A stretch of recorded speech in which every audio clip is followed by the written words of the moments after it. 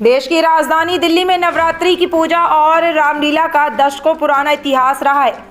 दिल्ली में कई इलाकों में बहुत बड़े स्तर पर नवरात्रों के मौके पर रामलीला का मंचन तैयार किया जाता है, जहां भव्य रामलीला होती है, जिसको देखने के लिए दूर दराज से लोग खींचे चले आते हैं।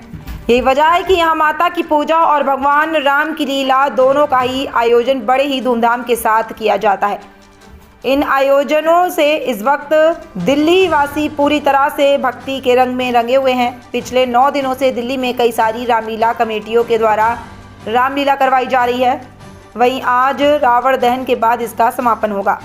हर साल दिल्ली में कई रामलीला कमेटियों के द्वारा रामलीलाएं करवाई जाती हैं, लेकिन इस बार दिल्ली में श्री केशव रामलीला कमेटी के द्वारा एक खास रामलीला का मंच तैयार किया गया है, जिसको देखने के लिए लोग उत्साहित नजर आए। आपको बता दें कि इस रामलीला में लोगों को हर दिन संपूर्ण रामायण दिखाई गई।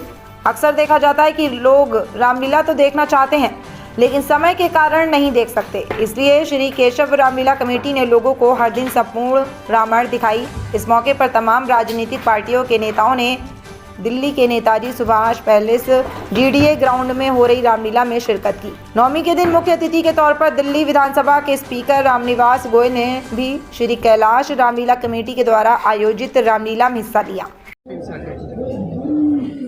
परिचय देते हुए इस रामलीला के बारे में बताइए, कितने भव्य रामलीला। देखिए, केशव रामलीला कमेटी लगातार 25 वर्षों से भगवान राम की लीला का आयोजन कर रही है और पिछले 14 वर्षों से हम लोग इसी नेताजी सुभाष पैलेस में रामलीला का आयोजन कर रहे हैं। इस वर्ष हमने जो विचार किया और श्रीकांत भगत जी जो इस कार्यक्रम के संयोजक भी हैं, उनके साथ भी हमारी बात हुई कि जो लीला हम करते हैं आखिर उसका उद्देश्य क्या है। उसका उद्देश्य ये है कि जो भगवान राम के जो आदर्श हैं वो हम लोगों तक पहुंचाएं और इसी वजह से एक राम आदर्श सम्मान जिसकी कल्पना श्रीकांत भगत जी ने की कि जो रामलीला के जो मुख्य पात्र हैं, जो कि आदर्श पिता के रूप में हैं, आदर्श पुत्र के रूप में हैं, आदर्श पत्नी के रूप में हैं, आदर्श भाई के रूप में हैं, आदर्श दोस्त के रूप में हैं और आदर्श सेवक के रूप में हैं। तो ये हमने विचार किया क्यों ना ऐसे जो पात्र हैं जो रियल ज़िंदगी में हैं, जो सही मानों में जैसा कि हम लीला में देखते हैं वैसा ही अपने वास्तव ज़िंदगी में ऐसा ही वो रोल का रोल करते हैं अपने परिवार के लिए, ऐसे लोगों का चयन किया जाए और इस रामलीला के मंच से उनको सम्मानित किया जाए। और इसलिए एक जूरी का भी हमने उसमें गठन किया और आज आपने देखा कि हमने नवमी के दिन ऐसे लोगों का सम्मान किया। मुझे इस बात की बड़ी खुशी हो रही है कि ये पहली बार इस रामलीला के मंच से हुआ और आने वाले दिनों के अंदर हम और इसको और व्यापक स्तर पर ऐसा कार्यक्रम करेंगे और संपूर्ण रामलीला जो हम लोग कर रहे हैं, जिसमें भगवान राम के जन्म से लेकर भगवान राम के राज्याभिषेक तक एक ही दिन में, उसमें लोगों को काफ़ी इंटरेस्ट आ रहा है क्योंकि एक परिवार एक ही दिन रामलीला देखने आता है और जब ये परिवार देखने आता है तो पूरी रामलीला देखकर जाता है, जो अपने आप में बहुत ही अच्छा है और वो कुछ ना कुछ खंड देखने की बजाय पूरी रामलीला देख रहा है। कल समापन होने वाला है, इस दौरान कौन कौन से नेता इस रामलीला में देखने के लिए आए? नहीं, देखिए, हमारे बहुत सारे वरिष्ठ नेताओं ने, अलग अलग पार्टी के नेताओं ने इस रामलीला के मंचन में आकर हमें आशीर्वाद दिया है और कल हम रावण, मेघनाथ और कुंभकर्ण के विशाल पुतलों का तो दहन कर ही रहे हैं, लेकिन साथ ही साथ जो सनातन धर्म के विरोधी लोग हैं, चौथा पुतला, उनका भी हम लोग यहाँ पर उनका दहन करेंगे। और ये संदेश इस रामलीला के माध्यम से हम देना चाहते हैं कि सनातन धर्म था, सनातन धर्म है और सनातन धर्म रहेगा।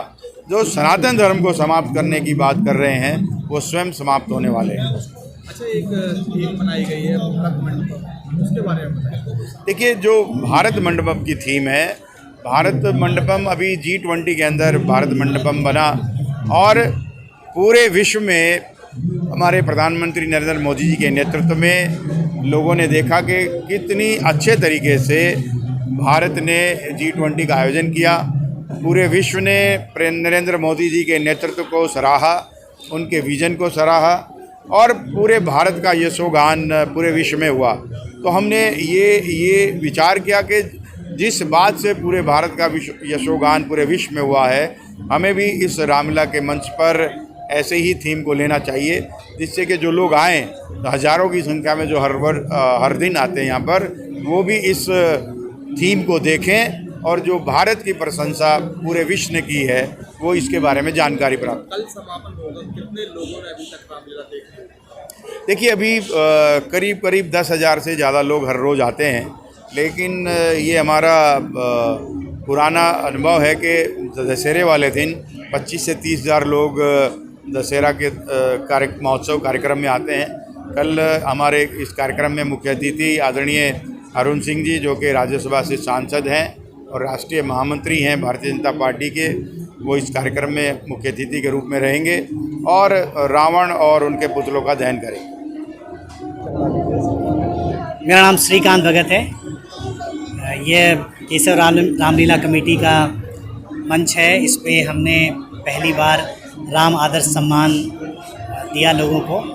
हमारा उद्देश्य राम के जीवन के आदर्शों को लोगों तक पहुंचाना है। यही रामलीला के मंचन का उद्देश्य भी है। लोग राम के जीवन से सीख प्राप्त करें, राम के जीवन के आदर्शों को आगे बढ़ाएं। नैतिक जीवन ही मानव जीवन को सबसे बेहतर बना सकता है। इसी संकल्प के साथ आज केशव रामलीला कमेटी के द्वारा राम आदर्श सम्मान दिया गया है। अच्छा, रामलीला कई जगह पर करवाई जाती है, एक ही दिन में आपके यहाँ पूरी संपूर्ण रामलीला दिखाई जा रही है? जी, श्री केशव रामलीला कमेटी का यह एक एक्सपेरिमेंट आप कह सकते हैं, एक प्रयोग है और ये बहुत सफल प्रयोग रहा है। इसमें हम एक ही दिन में संपूर्ण रामलीला दिखा रहे हैं, क्योंकि परिवार दिल्ली में बहुत व्यस्त होते हैं लोग और प्रतिदिन आकर रामलीला देख नहीं पाते। इसीलिए बच्चों को रामलीला के बारे में संपूर्ण जानकारी नहीं होती, राम के जीवन की संपूर्ण जानकारी नहीं हो पाती। तो एक दिन या 2 दिन लोग निकलते हैं। ऐसे में संपूर्ण रामलीला का होना सभी परिवार को, बच्चों को राम के जीवन की सभी बातें एक ही दिन में बताने का प्रयास करेगी। इसी उद्देश्य से हमने यह संपूर्ण रामलीला का प्रयास किया और बहुत सफल रहा। हजारों की संख्या में लोग इसको देखने आते हैं, टिक कर इसे देखते भी हैं।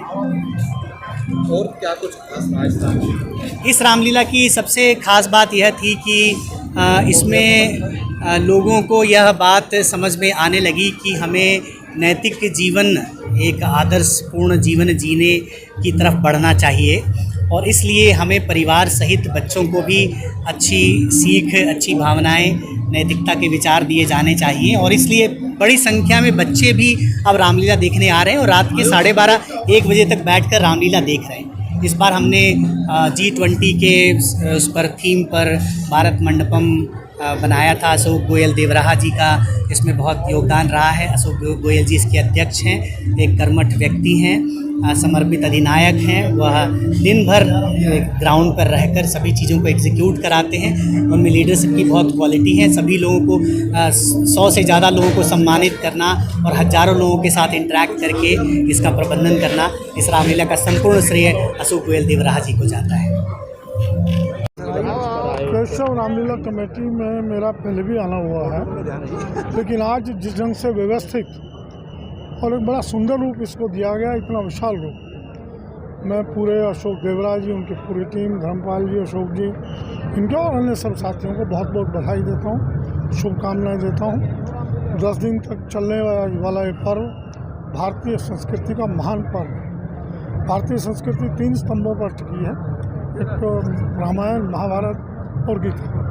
तीनों का यही संदेश है, पाप का अंत, अन्याय का अंत, और रामलीला के मंचन के माध्यम से दिखाया जाता है। हम अपने जीवन में उतारें यही संदेश। बहुत बहुत धन्यवाद।